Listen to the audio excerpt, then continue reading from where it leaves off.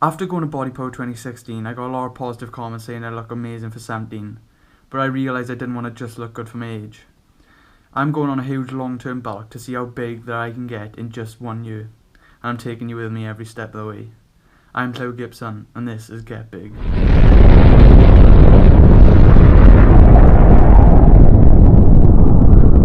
Right, so as a lot of you know, I was meant to compete in November. That's what I wanted to do. And when I mean compete, I don't want to just take part in a competition. I want to bloody win, you know.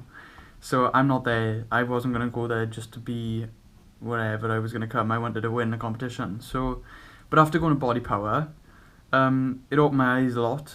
It gave me a hell of a shock. I gotta be honest. I was one of those people who did get demotivated. Normally, I'm really positive about things like that. But it did give me a hell of a shock, and I was like, the standard of people there, you understand this if you've been to Body Power, but you see the standard of everyone and the shape that everyone's in, and you're just like, whoa, that's the people that I'm going to be up against if I went on stage. So it opened my eyes a bit as well, and it made me realise that although I'm 17, like, I still want to be competing against that type of people. I want to be competed against 23-year-olds wherever they are. And if I'm on stage, the judges won't say, oh look, he's 17, 18, or I'll tell you what, we'll just give him the trophy even though they look better. It doesn't work like that, and I'm glad it doesn't either, because I want to be the best physique on stage. I don't want to be winning it, oh, you won it because he was younger. And it wouldn't work like that, and that's why I'm not going to compete, because I know I won't win.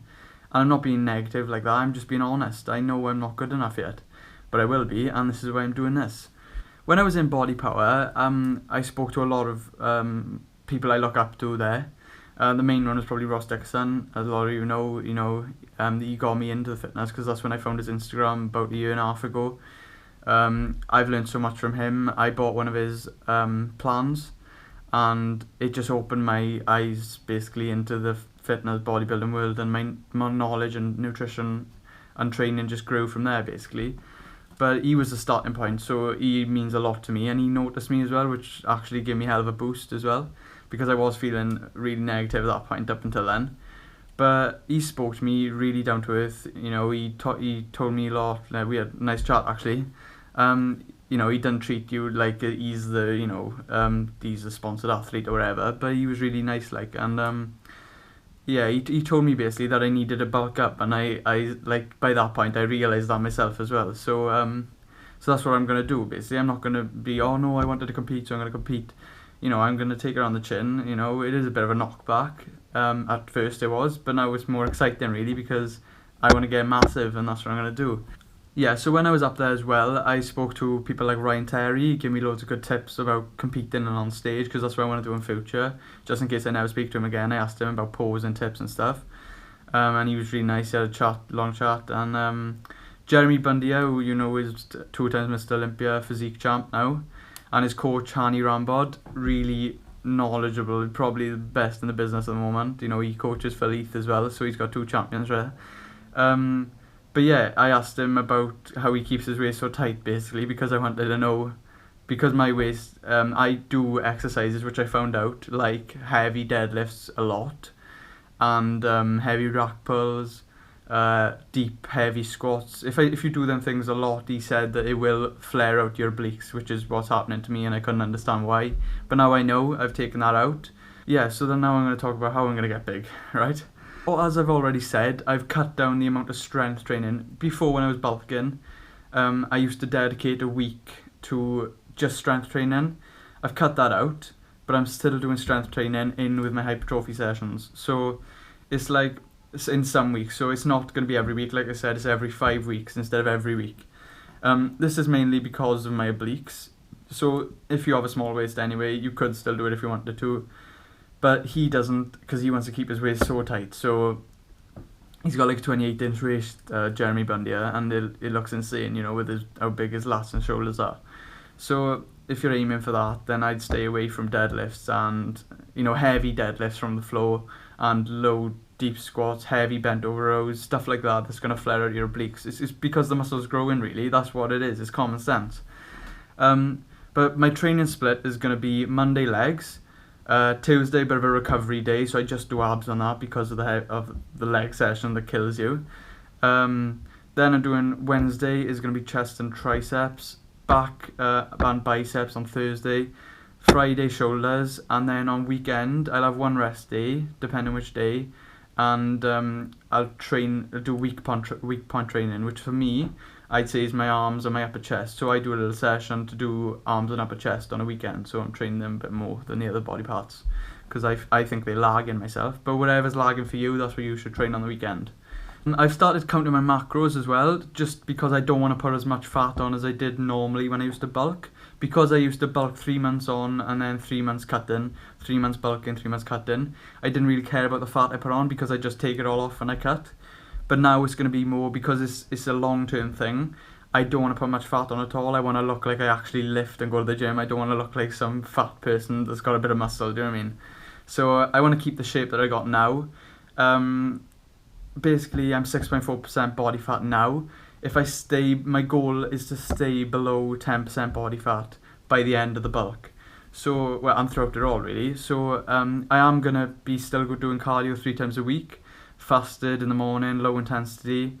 It's the best way to burn fat. So I still want to try, and burn fat. Obviously, I'm not going to be getting shredded, but I am going to be trying to stay as lean as possible whilst putting on as much muscle, and I mean a lot of muscle. I want to get huge.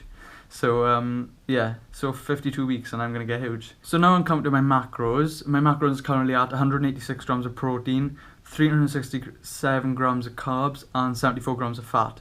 So I'm trying to hit the protein and carbs every day. If I'm around the fat area, that's where I want to be. I don't want to really be going over the fat. If I'm going over protein and carbs, I'm not worrying too much. But it's just the fat I don't want to exceed, So basically, it's a lifestyle thing. It's so you can fit, if it fits your macros. It's not about eating cake and stuff every day like some people think it is. It's still about eating the good foods to hit your macros. It's not about eating cakes and stuff to hit your macros, because you won't get enough protein and carbs in by doing that. Your fat will just go up. But yeah, so it works. I've tried it for the last week now. It's Saturday today. So I did start on Monday. I should have done this video earlier, but yeah, so it's basically 52 weeks, getting big. Right, one big tip as well I'm giving you if you're going to do this with me is set goals, right? So I'm setting goals. I'm going to tell you my goals now because I want this to be open. I want you to see me hit them, and that's what will get me motivated for the days that I can't be bothered. So basically right now, I'm 74.3 kilos and 6.4% body fat. I want to stay below 10% body fat by the end in 52 weeks. And I want to be 85 kilos. Yeah, I know you're all going to laugh now, but that's the point. Set goals that aren't easily achievable, and that's what's going to make you push harder every day. So I want to get more than 10 kilos. Obviously, some of it will be fat. Like I said, I'm going to go up to about 10% body fat. But I want to get a lot of muscle on, and it's a year, It's not like I'm saying in 10 weeks. It's a year. So I think I want to do that, and that's what I'm going to push hard to do. Right, my measurements. My neck's 15 inches. This is all inches. Shoulders 47, arms 15, chest 43, waist 32, legs 22.5, and calves are 14. So out of them, I've picked 3 that I think are my weak points.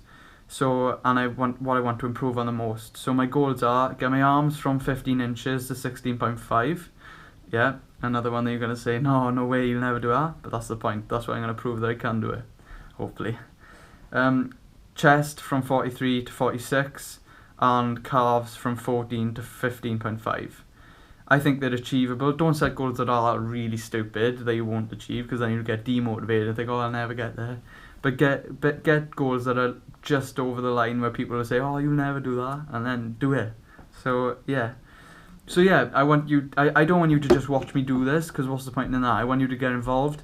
I want you to watch these videos. They're coming out weekly. It's going to be showing you the nutrition that I'm going to be eating. It's going to be showing you workouts that I'm going to be doing purely to build muscle, really. Every 5 weeks it'll be a strength one, but that's with hypertrophy as well. But it's mostly building muscle, getting huge, getting strong. So come along and do it with me. Get huge. Let's get big.